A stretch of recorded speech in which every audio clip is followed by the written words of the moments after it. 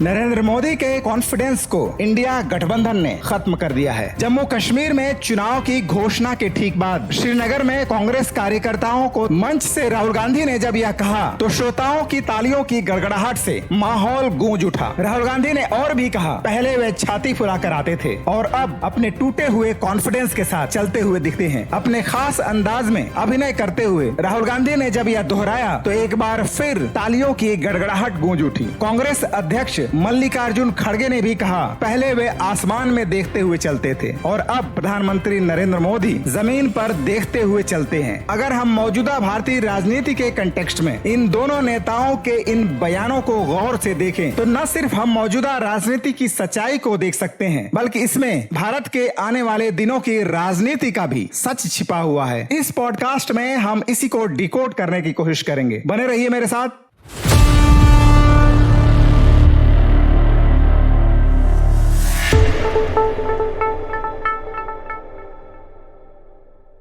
नमस्कार, मैं हूं उपेंद्र कुमार यादव। आगे बढ़ने से पहले एक रिक्वेस्ट, इस चैनल पर आपके साथ मैं देश दुनिया के बदलाव के नए ट्रेंड को समझने की कोशिश करता हूं, ज्ञान विज्ञान के क्षेत्र की नई बातों को शेयर करने की कोशिश करता हूं और इसके लिए आपका मेरे साथ बने रहना बेहद जरूरी है। तो प्लीज नीचे बेल आइकन को क्लिक करके इस चैनल को इसी वक्त सब्सक्राइब कर लीजिए। अगर हम पिछले कुछ दिनों में सत्ताधारी भारतीय जनता पार्टी और प्रधानमंत्री नरेंद्र मोदी की राजनीति को देखें और उस पर गौर करते हुए अगर हम हाल के दिनों तक आए तो हमें हाल ही में याद आएगा 15 अगस्त का दिन, जब लाल किले की प्राचीर से प्रधानमंत्री नरेंद्र मोदी ने देश को संबोधित किया और 1.5 घंटे से ऊपर लगातार बोलते रहे। इतने लंबे भाषण के बावजूद उस दिन शाम तक सबसे ज्यादा चर्चा राहुल गांधी की हुई कि आखिर स्वतंत्रता दिवस समारोह पर राहुल गांधी को नेता प्रतिपक्ष के तौर पर सबसे अगली पंक्ति में न बैठाकर पीछे की पंक्तियों में क्यों रखा गया था। अगर हम और भी पीछे जाएं तो याद आएगा लोकसभा 2024 के चुनाव के ठीक बाद 18वीं लोकसभा के पहले अधिवेशन में प्रधानमंत्री नरेंद्र मोदी का लोकसभा में भाषण, जिसमें वे लगातार 1.5 घंटे से ऊपर बोलते रहे और उसके बाद भी जब अगला सत्र शुरू हुआ यानी मॉनसून सेशन का पहला दिन, जब वे संसद के बाहर प्रेस को संबोधित करते हुए कह रहे थे कि उन्हें संसद में बोलने नहीं दिया जाता, तो यह अपने आप में बेहद हास्यास्पद बात थी। लेकिन एक ऐसे समय में जब देश के प्रधानमंत्री इस तरह से अस्वाभाविक रूप से लंबे लंबे भाषण देते हो और दूसरी तरफ विपक्ष के नेता का भाषण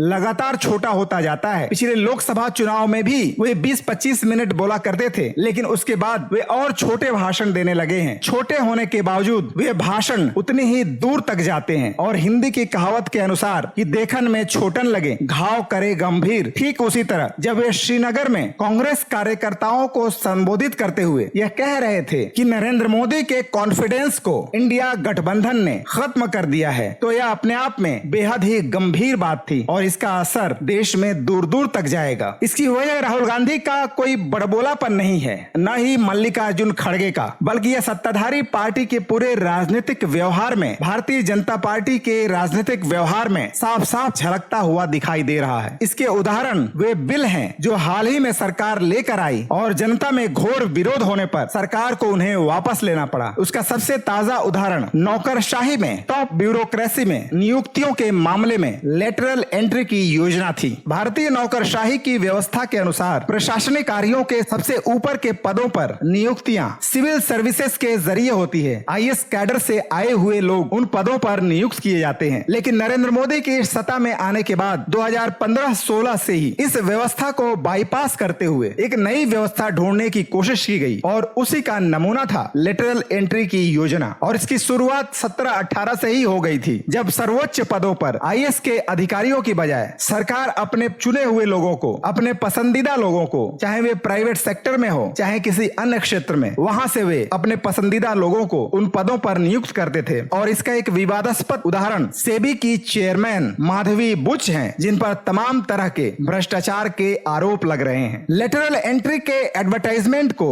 जारी करने के बाद जनता के विभिन्न हिस्सों में इसका विरोध हुआ। राहुल गांधी ने भी इस पर ट्वीट किया था कि आरक्षण को खत्म कर देने का और आरएसएस के लोगों को उच्चस्थ सरकारी पदों पर भरने का यह एक तरीका है और जनता के विभिन्न हिस्सों में भी एससी एसटी समुदायों ओबीसी समुदायों के तरफ से भी इसका विरोध हुआ और आखिरकार सरकार को इसे वापस लेना पड़ा। इसी तरह से वक्फ बोर्ड बिल लाया गया था। संसद में विरोध के बाद इसे ज्वाइंट पार्लियामेंट्री कमेटी के हवाले कर दिया गया। इसके अलावा एक और बिल था जिसे ब्रॉडकास्टिंग बिल कहा जा रहा था। बताया जाता था कि जिसमें स्वतंत्र यूट्यूबरों को जो सरकार की नीतियों की सच्चाई को जनता के सामने रखने की कोशिश करते हैं उन पर लगाम लगाने के लिए तमाम तरह के विधि निषेध लाए जा रहे थे। उस ब्रॉडकास्टिंग बिल को भी सरकार को वापस लेना पड़ा। तो ऐसे में श्रीनगर में राहुल गांधी और मल्लिकार्जुन खड़गे ने जब यह कहा कि पहले प्रधानमंत्री नरेंद्र मोदी आसमान में देखते हुए चलते थे, तो दरअसल अपने इन वाक्यों में वे इसी सच्चाई को बयान कर रहे थे। लेकिन यहाँ से एक बड़ा सवाल यह उठता है कि अगर नरेंद्र मोदी सरकार का कॉन्फिडेंस टूटा हुआ है तो इस टूटे हुए आत्मविश्वास के साथ मानसिक रूप से दरअसल यह सरकार लंगड़ा कर चल रही है, तो ऐसी स्थिति में अगले 5 साल यह सरकार चलेगी कैसे? जैसा कि विपक्ष आरोप लगाता है कि यह सरकार सिर्फ कुछ लोगों के हितों के लिए काम कर रही है और विपक्ष अगर इस सरकार को सिर्फ कुछ लोगों के हितों के लिए काम करने से रोकना चाहती है तो ऐसी स्थिति में यह सरकार आखिर अगले 5 साल चलेगी कैसे? वह कौन से काम करेगी? क्या अगले 5 साल इसका मकसद सिर्फ समय काटना होगा या एक ऐसी परिस्थिति में जब पूरे देश में पढ़े लिखे बेरोजगारों की तादाद लगातार बढ़ती चली जा रही है, आर्थिक रूप से विभिन्न सेक्टरों में संकट के बादल घनघोर होते जा रहे हैं, महंगाई पर किसी भी तरह से लगाम लगाना मुश्किल हो रहा है, गांव और शहर में रहती हुई सबसे सामान्य तबके की आबादी के लिए 2 जून ठीक से भोजन जुटा पाना मुश्किल हो रहा है। दूसरी तरफ अंतर्राष्ट्रीय माहौल में कई क्षेत्रों में युद्ध के बादल मंडरा रहे हैं और इस समय खुद प्रधानमंत्री नरेंद्र मोदी ऐसे ही एक युद्ध क्षेत्र की तरफ दौरे पर हैं। रूस और यूक्रेन युद्ध क्षेत्र के बीच, उधर दूसरी तरफ ईरान और इजराइल के बीच लगभग युद्ध का माहौल है। तो ऐसे में जब देश को घरेलू तौर पर भी और अंतर्राष्ट्रीय तौर पर भी दोनों ही मामलों में निर्णायक कदमों की जरूरत है, तो ऐसे में टूटे हुए आत्मविश्वास के साथ इस सरकार का आखिर भविष्य क्या है? इस पॉडकास्ट में इतना ही। बने रहिए मेरे साथ। इस वीडियो को लाइक और शेयर कीजिए और अगर सब्सक्राइब नहीं किया है तो प्लीज इस चैनल को इसी वक्त सब्सक्राइब कीजिए। बने रहिए मेरे साथ। धन्यवाद।